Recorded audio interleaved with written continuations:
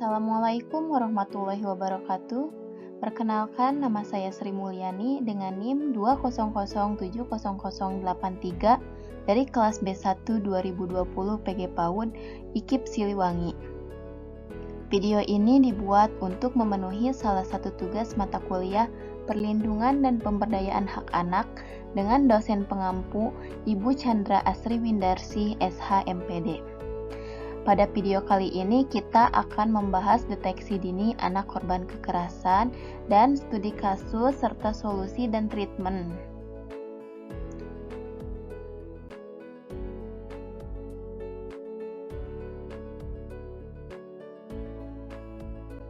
Hak dan perlindungan anak.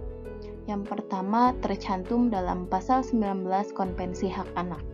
Tiap anak berhak mendapat pengasuhan yang layak, dilindungi dari kekerasan, penganiayaan, dan pengabaian. Yang kedua, Undang-Undang Dasar 1945 Pasal 28B menekankan setiap anak bebas atau terlindungi dari kekerasan. Yang ketiga, dalam Undang-Undang Nomor 23 Tahun 2002 diubah menjadi Undang-Undang Nomor 35 Tahun 2014 tentang Perlindungan Hak Anak. Dan yang keempat, Undang-Undang Nomor 23 Tahun 2004 tentang penghapusan kekerasan dalam rumah tangga. Pada undang-undang ini sangat jelas bentuk-bentuk dan jenis yang diatur terkait dengan kekerasan. Yang menjadi penekanannya yaitu para pelaku kekerasan disebut penjahat kemanusiaan. Sumber dari artikel dengan penulis Arsyad A. tahun 2002 dengan judul Undang-Undang Republik Indonesia tentang Perlindungan Anak. Yang kedua, ditulis oleh Kemensesnag pada tahun 2014 dengan judul Undang-Undang Nomor 35 Tahun 2014 tentang perubahan atas Undang-Undang Nomor 23 Tahun 2002 tentang Perlindungan Anak, Undang-Undang Perlindungan Anak. Dan dengan penulis Tina Marlina, Montisa Mariana, dan Irma Maulida pada tahun 2022 dengan judul Sosialisasi Undang-Undang Nomor 23 Tahun 2004 tentang Penghapusan Kekerasan dalam Rumah Tangga.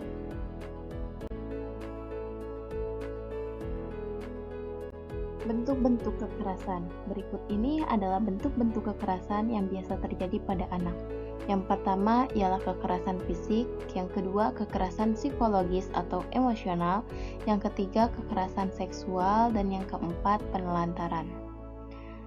Bentuk-bentuk kekerasan ini diambil dari buku karya Chandra Asri Windarsi, diterbitkan tahun 2020 dengan judul Perlindungan dan Pemberdayaan Hak Anak dalam Perspektif PAUD.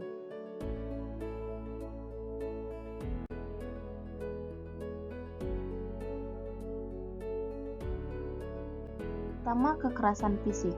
Kekerasan fisik adalah perbuatan yang mengakibatkan rasa sakit, jatuh sakit, atau luka berat. Tanda-tanda kekerasan fisik yang dialami anak bisa terlihat dengan adanya cedera, lebam, maupun bekas luka di tubuhnya.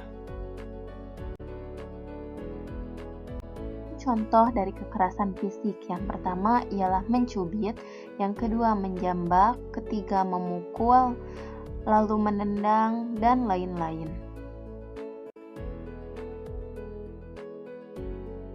Kedua, kekerasan psikologis. Kekerasan dalam bentuk ini biasanya yang diserang adalah mental, emosional, dan psikis anak.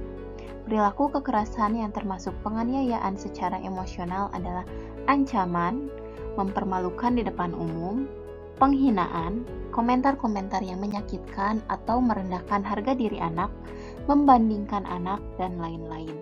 Maka dari itu, pilihlah kata-kata yang tidak merendahkan anak.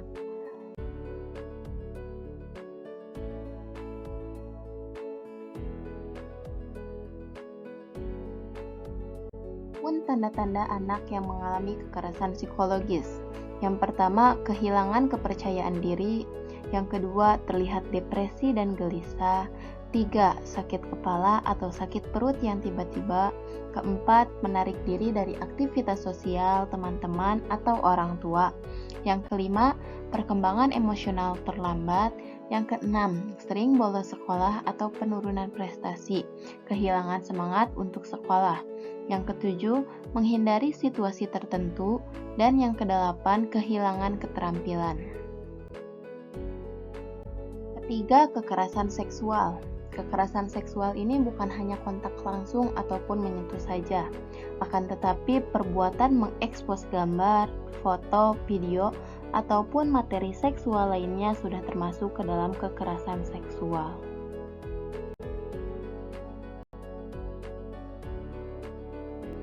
Keempat adalah penelantaran. Penelantaran atau pengabaian terhadap anak seperti ini terjadi karena orang tua gagal bertanggung jawab untuk menyediakan dan memfasilitasi semua kebutuhan anak. Contohnya seperti pengabaian kebutuhan pokok, makanan, kesehatan, pakaian, pendidikan, dan lain-lain.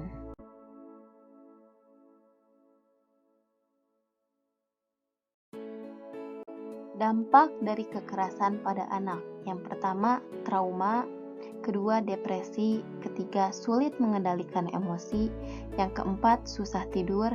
Yang kelima, luka cacat fisik bahkan kematian. Yang keenam, tidak mempunyai kepercayaan diri.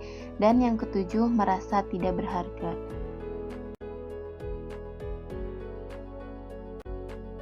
Selanjutnya adalah studi kasus, solusi, dan treatment perlindungan anak dari kekerasan di dalam rumah.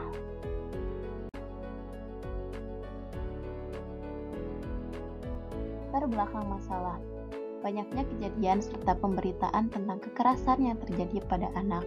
Mirisnya, kekerasan tersebut dilakukan oleh orang terdekat anak, baik itu ibu, ayah, paman, dan lain-lain.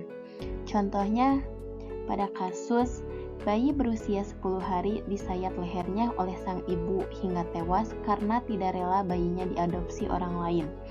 Beralamat di Desa Muara II, Kecamatan Tanah Abang, Kabupaten Pali, Sumatera Selatan. Yang kedua ialah pemerkosaan anak di bawah umur. Warga Kecamatan Padalarang, Kabupaten Bandung Barat dilakukan oleh ayah kandungnya sendiri pada 25 November 2022. Dan yang ketiga, bayi cantik berusia 4 bulan di Dusun Parenggi, Desa Matua Angin, Kecamatan Bantimurung, Kabupaten Maros, Sulawesi Selatan, tewas mengenaskan usai dibanting pamannya sendiri pada Sabtu 22 Oktober 2022.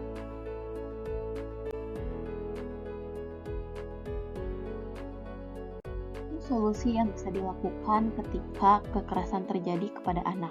Yang pertama, melaporkan kepada Dinas Perlindungan Perempuan dan Pemberdayaan Anak jika terjadi suatu kekerasan. Yang kedua, adanya keterlibatan berbagai pihak, baik itu pemerintah, masyarakat, maupun institusi lainnya yang mempunyai kepedulian terhadap hak anak. Keterlibatan ini biasanya meliputi Dinas Sosial, Kepolisian, Dinas Pendidikan dan Kebudayaan, Dinas Kesehatan, P2TP2A atau Pusat Pelayanan Terpadu Pemberdayaan Perempuan dan Anak, dan LSM atau Lembaga Swadaya Masyarakat. Yang ketiga, jauhkan anak dari tempat kejadian kekerasan. Lalu keempat, berikan rasa aman kepada anak. Yang kelima, biarkan anak tetap bersosialisasi di lingkungannya. Yang keenam, alihkan perhatian anak dengan kegiatan yang positif. Lalu, meminta bantuan psikolog untuk psikoterapi. Dan yang terakhir, terus beri dukungan kepada anak.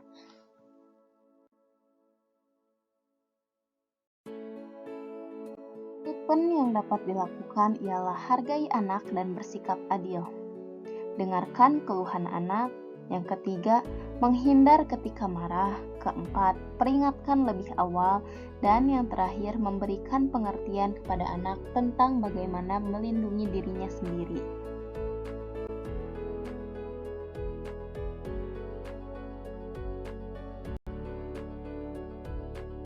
Referensi atau sumber lainnya selain sumber-sumber yang telah tercantum.